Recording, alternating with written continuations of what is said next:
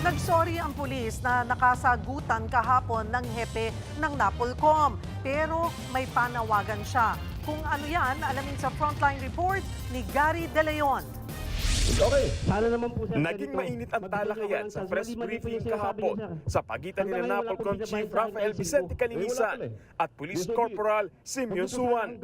Si Suwan ang nag-viral na pulis matapos sa pilitang inaresto ang nakagitgitan niyang senior citizen na driver sa Taguig. Wala pong katotohanan yun, sir. Wag po tayo magpapogi sa media, sir. Ilan po masasabi ko rito. Okay. Sana naman po, sir, ganito. Mabigyan niyo ako ng chance. Mali-mali po yung sinasabi niyo, sir. Hanggang ngayon wala pong binabayad sa akin kahit 5. Wala pala eh. So be it. Wag niyo po sana akong gawing instrumento dito para magpapogi kayo sa media. Binanggit kasi ni Calinisan na siningil pa raw ni Suwan ang senior citizen driver ng 30,000 pesos na danyos para sa sasakyan niya.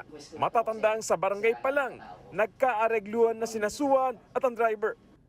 Ngayong araw, naglabas ulit ng pahayag si Suwan dahil kalat naman sa social media ang nangyaring sagutan nila ni Calinisan.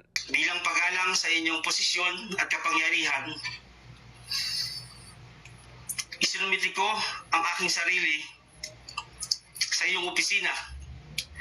Sa kabila ng pagmumura mo sa akin sa punto pa lamang ng aking pagdating sa iyong opisina, tinanggap ko ang lahat ng iyon bilang respeto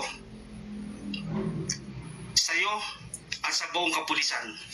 Sa kabila niyan, humingi pa rin ng paumanhin si Suwan sa NAPOLCOM. Nakiusap din siya na sana'y huwag nang gagamitin ang mga pulis para raw magpasikat sa publiko. Sana'y tigilan niyo na po ang pagpapamedya sa kapulisan para lamang sa sariling interes at kapakanan. Bigyan din po sana natin ng konsiderasyon ang pamilya ng mga pulis na nadadamay sa estilo ng trial by publicity. Ako po, kung kayo po ay may planong tumakbong senador o anumang elected position, wag naman po sana sa ganitong paraan. Tanggap raw ni Suwan na posibleng tuluyan siyang matanggal sa serbisyo dahil sa kanyang naging asal. Pero sana raw ay huwag silang gawing kriminal na agad ibinabandera sa media para umano'y pahiyain. Batid ko po ang inyong adhikain na linisin ang aming hanay, pero hindi ko po matatanggap ang tinatawag nating trial by publicity na inyong ginagawa. Ayon sa PNP, iniimbestigahan at binibigyan ng due process si Suwan. Hindi rin daw nila hahayaan ang kawalan ng respeto ng kanilang mga pulis sa mga opisyal ng gobyerno.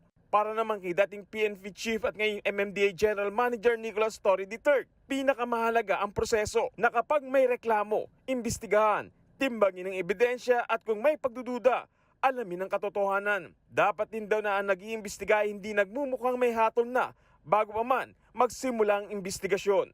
Parte ng pag-iimbestiga ng NAPOLCOM sa viral video ang posibleng naging mga paglabag din ni Suwan bilang isang pulis. Nireview din ng ahensya ang disciplinary record ni Suwan at nadiskubring nag-awol na ito noong March 2024. May official police blotter noong 2016 at marami pang iba. Wala pang sagot si Calinisan sa bagong pahayag ni Suwan. Pero kahapon iginit niya na nakita rin niya mismo sa press briefing ang anyay kawalan ng paggalang at professionalismo ni Suwan na hindi raw dapat ginagawa ng isang alagad ng batas. Nagbabalita mula sa Frontline, Gary De Leon, News 5. Mga kapatid, Cheryl Cosing po.